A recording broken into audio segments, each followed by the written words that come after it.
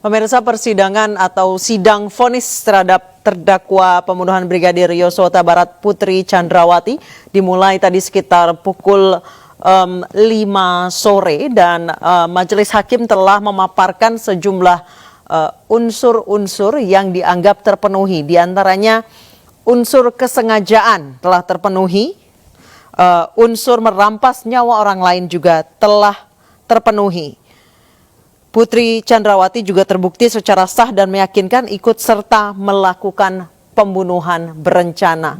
Ada sejumlah fakta-fakta yang diungkap oleh fakta-fakta di pengadilan yang diungkap oleh majelis hakim, di antaranya perjalanan dari Magelang ke Yogyakarta Joshua dengan sengaja ditempatkan di mobil berbeda dengan posisi Yosua telah dijauhkan dari senjata HS miliknya. Kemudian setelah memberitahukan suaminya Ferdy Sambo terkait dengan pelecehan seksual yang dialami, Putri Chandrawati juga memberitahukan kepada Ferdy Sambo bahwa Yosua telah dijauhkan dari senjata miliknya. Kita kembali ke ruang persidangan. Perkara nomor 797/2022 atas nama terdakwa Putri Chandrawati dicabut, sidang dinyatakan dibuka dan terbuka untuk umum. Silakan dilanjut.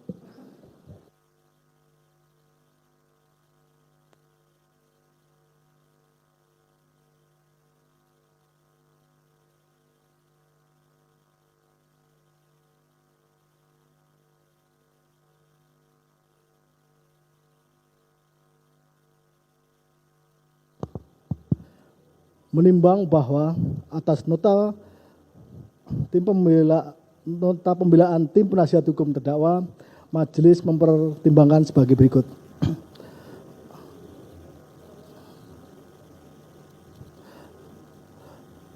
Tentang kekerasan seksual.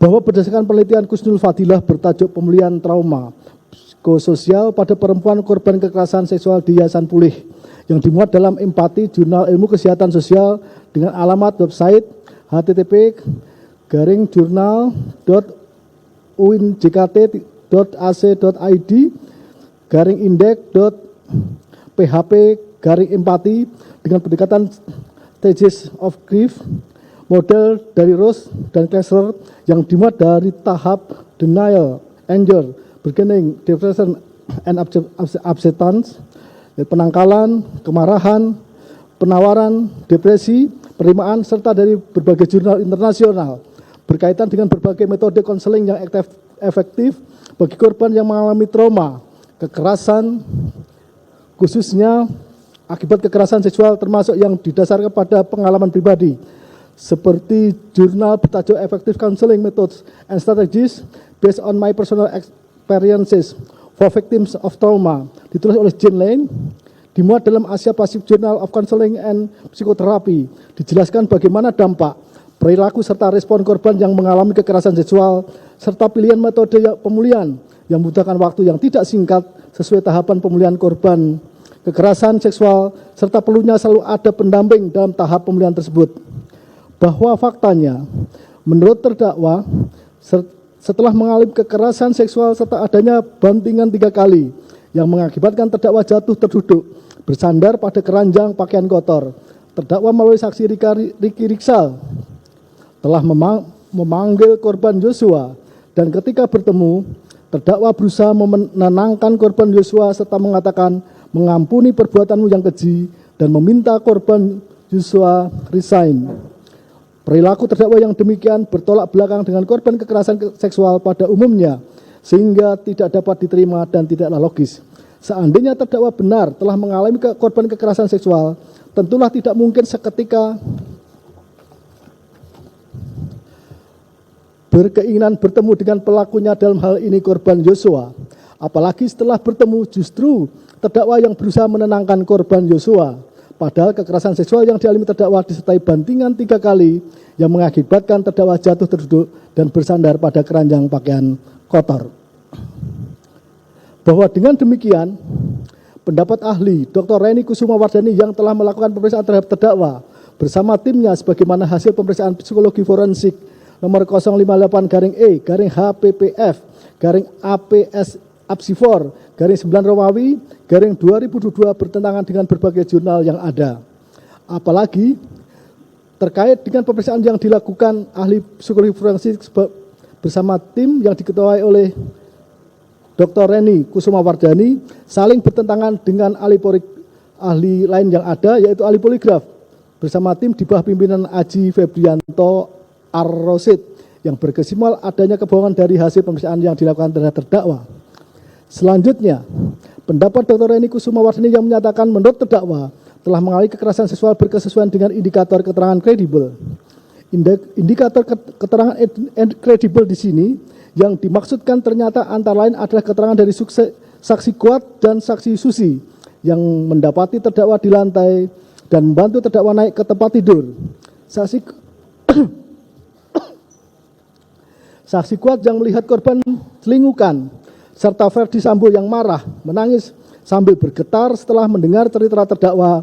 Keterangan kredibel mana tentulah tidak dapat dijadikan dasar adanya kekerasan seksual yang dialami terdakwa, apalagi di persidangan dengan tegas saksi Kuat Ma'ruf, saksi Riki Rizal, saksi Susi menyatakan tidak mengetahui adanya kekerasan seksual yang dialami terdakwa. Bahwa berdasarkan uraian di atas tidaklah berdasar apabila dikatakan terdakwa telah mengalami kekerasan seksual. Tentang keterangan saksi Richard Eliezer, bahwa fakta yang diperoleh dalam perkara Akuo tidak didasarkan pada keterangan saksi Richard Eliezer semata, tapi juga didasarkan atas alat bukti lain, sebagaimana disyaratkan pasal 184 ayat 3 KUHAP.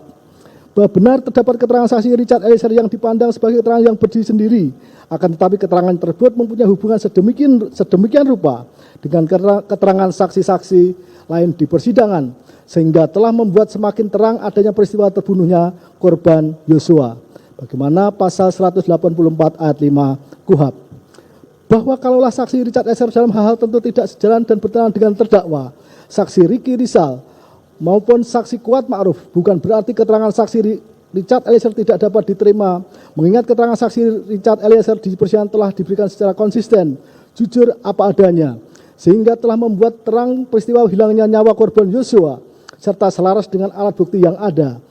Di sisi lain, keterangan terdakwa, saksi Kuat Ma'ruf dan saksi Riki Rizal diketahui banyak yang tidak berdasar garing tidak logis, tidak tahu, lupa, bahkan sekalipun telah ditunjukkan dengan barang bukti yang ada, misalnya CCTV. 3. Tentang keterangan saksi Beni Ali bertentangan dengan keterangan saksi Kuat Ma'ruf yang tidak pernah menceritakan skenario di rumah Durian 3, serta bertentangan pula dengan saksi Prayogi yang tidak pernah melihat saksi Beni Ali di rumah Saguling sesaat setelah kejadian. Bahwa apa yang disampaikan saksi Kuat Ma'ruf di Durian 3 sesaat setelah kejadian tidak hanya diberitahukan kepada saksi Beni Ali, tetapi telah pula didengar saksi Susanto Haris. Di samping itu telah disampaikan pula kepada Ridwan Suplanit, Rifaisal Sumual pada saat olah TKP di Duren 3, serta bersesuaian dengan keterangan Agus Nur Patria yang telah mengumpulkan saksi Riki Rizal, saksi Richard Eliezer termasuk saksi Kuat Ma'ruf pada tanggal 8 Juli 2022 malam di Biro Provos Mabes Polri untuk menceritakan kronologis kejadian serta memperagakannya. Baru setelah para saksi menceritakan kejadian serta memperagakan cerita yang sama dan telah disampaikan kepada saksi Beni Ali, Ferdi Sambo tiba di Biro Provos dan mengumpulkan saksi Richard Eliezer, saksi Kuat Ma'ruf, serta saksi Riki Rizal di sebuah sudut bangunan. Bahwa mengenai saksi Prayogi Iktara Wikaton yang menyatakan tidak melihat saksi Beni Ali di rumah Saguling, bukan berarti saksi Beni Ali tidak berangkat dan berada di rumah Saguling, mengingat saksi Beni Ali dan saksi Susanto Haris telah memberikan keterangan di persidangan di antar Ferdi Sambo ke rumah Saguling dalam rangka meminta keterangan terdakwa dengan tujuan memperoleh gambaran sementara kejadian perkara secara lengkap, sehingga pernyataan tim penasihat hukum terdakwa yang menyatakan Beni Ali tidak ke rumah Saguling dan menyatakan Ferdi Sambo setelah kejadian hanya berada di Duren 3 tentulah tidak berdasar dan haruslah dikesampingkan. Tentang naiknya saksi Richard Eliezer bersama saksi Kuat Ma'ruf ke lantai 3 rumah Saguling.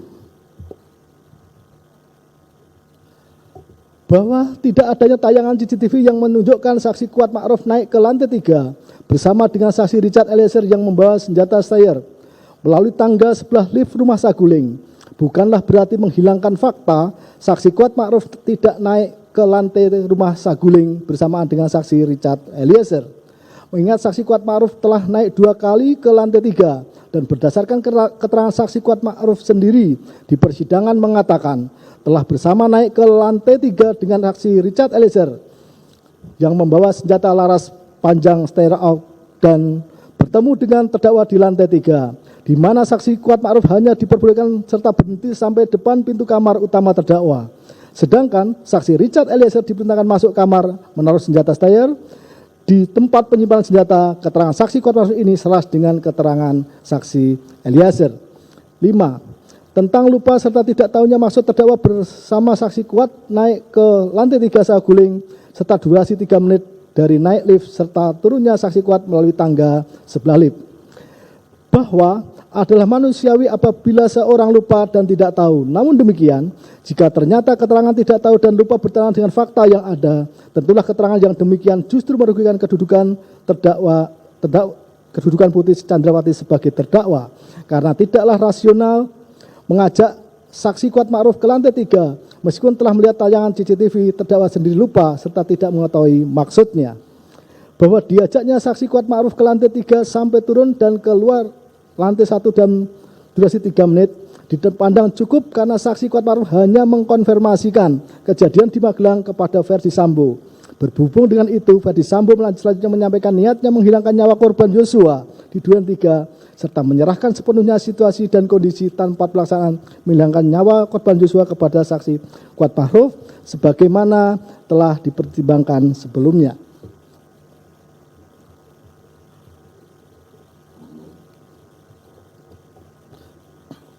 Menimbang bahwa berdasarkan pertimbangan di atas maka apa yang dikemukakan dalam nota pembelaan tim penasihat hukum terdakwa di atas haruslah ditolak. Selanjutnya terhadap nota pembelaan terdakwa dan tim penasihat hukum terdakwa selebihnya serta lampiran surat yang diajukan yang dipandang tidak dapat mendukung nota pembelaan tim penasihat hukum terdakwa dianggap telah dipertimbangkan dalam pertimbangan unsur-unsur tindak pidana di atas, oleh karenanya harus dikesampingkan. Menimbang bahwa sangat disayangkan motif terdakwa tidak terungkap dalam persidangan, mengapa terdakwa harus membuat cerita yang menyesatkan sedemikian rupa sehingga membuat Verdi Sambo suaminya begitu marah dan terpicu merancang pembunuhan terhadap korban Yosua, sehingga terdakwa tidak bisa kembali terjebak ceritanya sendiri. Akibatnya terdakwa justru terlibat menjadi bagian turut serta dalam rencana pembunuhan korban Yosua. Padahal sebelumnya hubungan terdakwa dengan korban sangat dekat dan baik. Terbukti terdakwa sempat memuji korban Yosua dengan mengambil foto korban Yosua saat menyetrika serta mengirimkan kepada keluarga korban di Jambi. Bahkan terdakwa berani mengangkat korban di ruang tamu rumah Magelang walaupun ada saksi Kuat dan saksi Susi. Belakangan tidak jadi meskipun korban Yosua telah minta bantuan saksi Richard Eliezer karena adanya larangan dari saksi Kuat Ma'ruf serta isyarat tangan terdakwa yang menolaknya. Selanjutnya tanggal 5 Juli 2022 bersama ADC yang lain, termasuk korban Yosua berangkat berbelanja di Mall Ambarukma, Jogja. Terakhir pada dini hari jam 00 WIB tanggal 7 Juli 2022 terdakwa bersama suaminya Verdi Sambo telah merayakan ulang tahun pernikahan ke-22 di mana korban serta ADC maupun ART yang lain dianggap anak serta disuapi baik oleh terdakwa maupun Verdi Sambo suaminya, sehingga sangat mengherankan jika tiba-tiba berubah 180 derajat. Sejak dini hari 8 Juli 2022, terdakwa menyampaikan cerita kepada Verdi Sambo dari Magelang. Namun demikian, apapun peristiwanya, tidaklah sepadan sehingga terdakwa membangun cerita yang telah memicu korban Yosua harus dihilangkan, dirampas nyawanya. Menimbang bahwa berdasarkan seluruh pertimbangan di atas, maka tidak ditemukan adanya alasan pembenar maupun alasan palsu yang dapat menghilangkan sifat melawan hukumnya perbuatan terdakwa maupun yang dapat menghapuskan kesalahan terdakwa. Oleh karena itu, terdakwa harus bertanggung jawab atas perbuatan yang telah dilakukannya. Menimbang bahwa sebagaimana telah ternyata, meninggalnya korban Yosua dipicu dengan apa yang disampaikan terdakwa kepada Verdi Sambo suaminya dengan memanfaatkan kedekatan sebagai istri. Namun demikian, bagaimanapun juga seharusnya ketika mendengar apa yang disampaikan terdakwa Verdi Sambo, suami terdakwa, sebagai Kadif Propam Polri seharusnya tetap tenang, berlaku objektif mencari kebenaran sebelum mengambil putusan, serta tidak begitu mudahnya bertindak meskipun cerita garing informasi disampaikan oleh istrinya atau terdakwa sekalipun. Mengingat sangatlah berbahaya orang yang punya jabatan dan kekuasaan yang besar mengambil keputusan begitu saja tanpa melakukan penelusuran kebenaran informasi yang diterima. Oleh karena itu, pidana yang dijatuhkan kepada terdakwa akan dirasa adil sebagaimana ditentukan dalam amar putusan. Menimbang bahwa terhadap masa penangkapan dan penahanan yang telah dijalani terdakwa harus dikurangkan dari pidana yang dijatuhkan, selanjutnya kepada terdakwa diperintahkan tetap berada dalam tahanan. Menimbang bahwa mengenai barang bukti sebagaimana daftar barang bukti, mengingat masih diperlukan sebagai bukti dalam perkara lain, maka terhadap barang bukti tersebut diserahkan kepada penuntut umum untuk dijadikan bukti dalam perkara lain tersebut. Menimbang bahwa sebelum menjatuhkan putusan perlu dipertimbangkan hal-hal yang memberatkan dan hal-hal yang meringankan.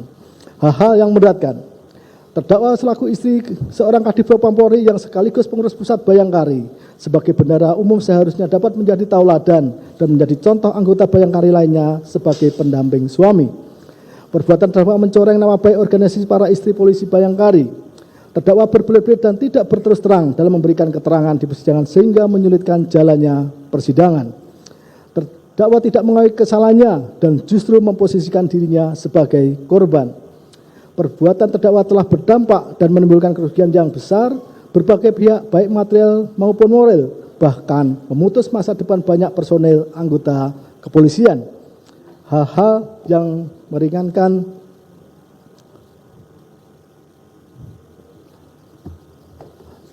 tidak ada. Menimbang bahwa dengan terbuktinya terdakwa bersalah melakukan tindak pidana, maka kepadanya dibebani pula membayar biaya perkara. Mengingat pasal 340 KUH pidana, junto pasal 55 ayat 1 ke 1 KUH pidana, serta ketentuan lain dari perundang-undangan yang bersangkutan serta KUHP.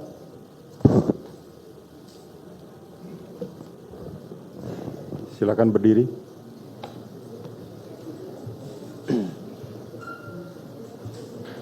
Menyatakan menyatakan terdakwa Putri Chandrawati terbukti secara sah dan meyakinkan bersalah melakukan tindak pidana turut serta melakukan pembunuhan berencana. Menjatuhkan pidana terhadap terdakwa Putri Chandrawati dengan pidana penjara selama 20 tahun. Menetapkan lamanya masa penangkapan dan penahanan yang telah dijalani terdakwa dikurangkan seluruhnya dari pidana yang dijatuhkan. Menetapkan terdakwa tetap berada dalam tahanan, menyatakan barang bukti dikembalikan pada jaksa untuk dipergunakan dalam perkara lain. Menetapkan terdakwa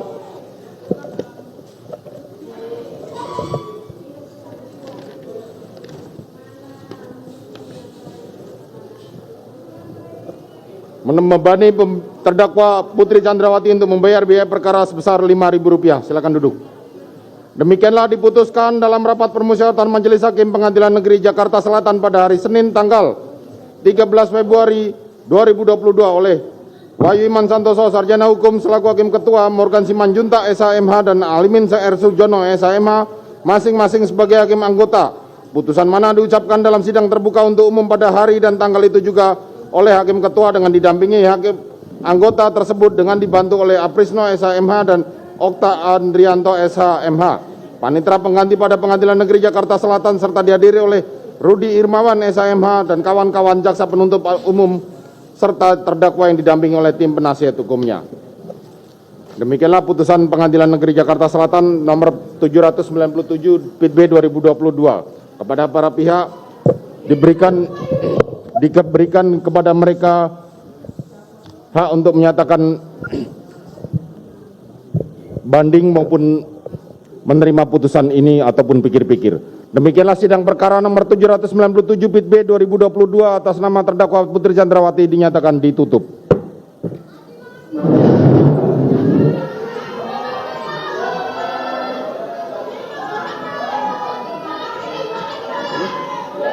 Punya bapak itu, punya Pak Wakil.